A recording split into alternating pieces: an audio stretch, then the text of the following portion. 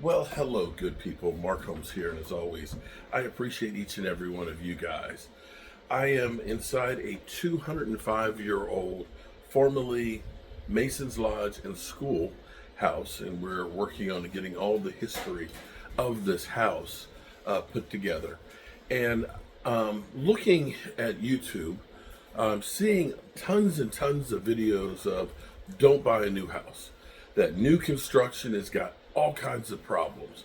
And I even saw a video where they were talking about one of the builders out there, and they were asking the builders, this was the CEO of a company, and they said, well, why aren't the houses built to last anymore?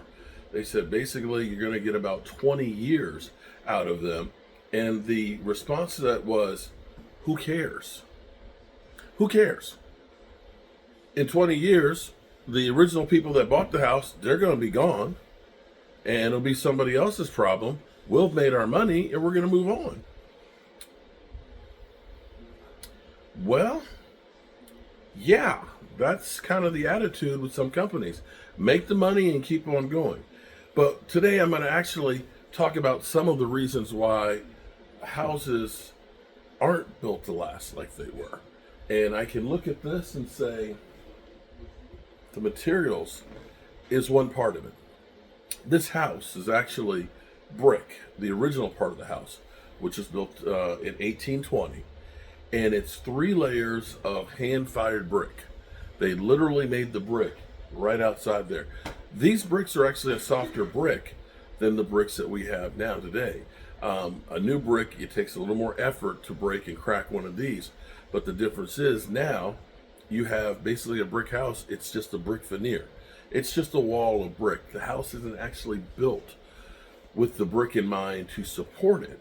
And see, that's one of the things here is a lot of the older houses, they built pockets into the walls for the lumber to go through. Now, that's another little issue here that we'll talk about in a second.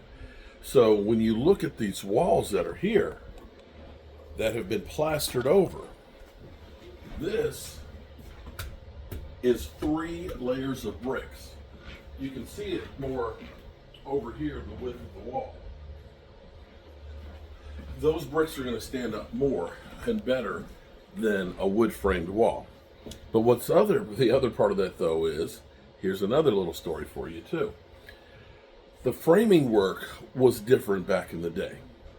If you go up underneath this house, the original part of it, they literally use flattened logs, big flattened logs, about 10 inches in diameter, and those were the floor joists, which were as strong as could be because they were slow growth trees. It's another issue that we'll talk about.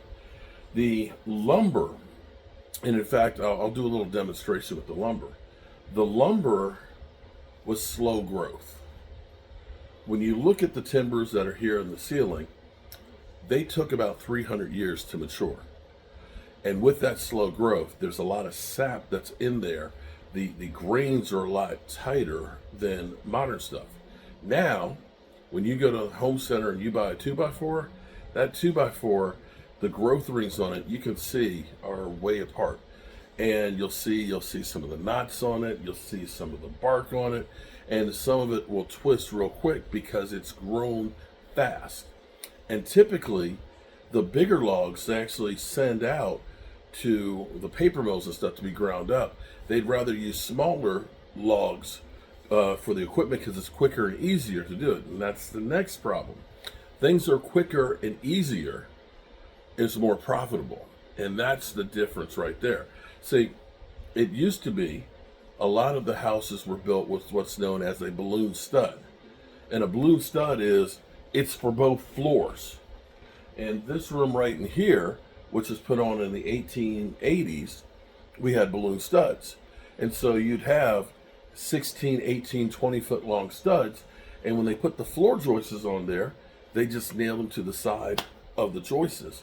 And they used hand cut nails, which are like railroad spikes. Which, when you think about it today, when you think about all the fasteners and the joist hangers and everything else that we use on the lumber, you say, well, it would have been better with the way we do construction now. I don't know about that, because the problem is most of the materials we use are manufactured. You'll see stuff like OSB. OSB, which is mostly, it's chip boards and it's resin. And at some point, there's a failure. These things right here, as they get older, will get harder. And when you think about putting sheathing on floors, and when you're mass producing houses and you've got OSB on there, they're looking at cost and things and their strength in numbers. So it's hurry, hurry, hurry, hurry, hurry. And when you're using nail guns and you're shooting boom, boom, boom, boom, you may be missing and not even realizing it. As opposed to when they built these houses, you made sure that you used everything because there was no money to waste. And when somebody actually had to make that nail, you were going to make sure it went into where it was supposed to. Another thing too is when they did sheathing, we didn't have sheet goods. They ended up using one buys. When we ended up having to make a roofing penetration up through here, it's literally 1 inch thick pine boards. Some of them is 20 inches wide. That's the sheathing on the roof. That's been there for 200 years. Do you think that you're going to get a house today that the sheathing and the roof is that's going to last 200 years? Probably not.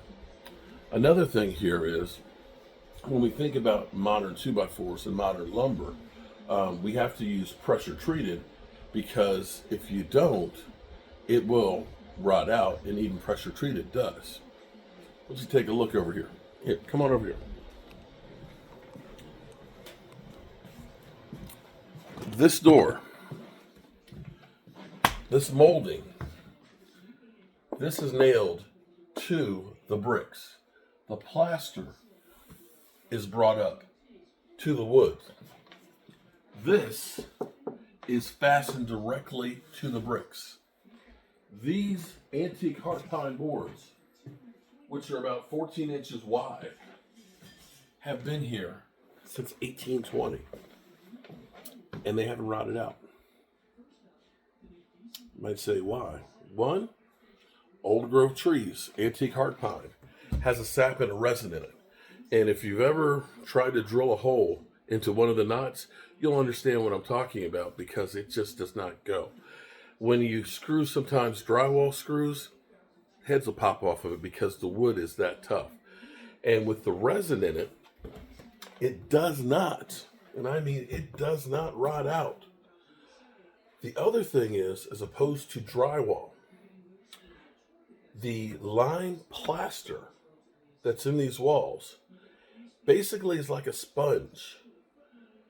They take, in the old days, they used to take clamshells, or if they had limestone, and you fire it. And when you fire it after it's been cooked, the moisture ends up making it into a powder. And that powder ends up being used, that lime, it's a chemical reaction, goes into, mixed with sand to make lime plaster, lime mortar, or lime wash. And basically, as it cures, it becomes a stone again.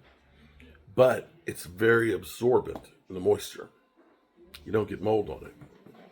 You don't. In fact, I have to keep a dehumidifier up in here because the skin gets dry because it's literally absorbing the moisture in here.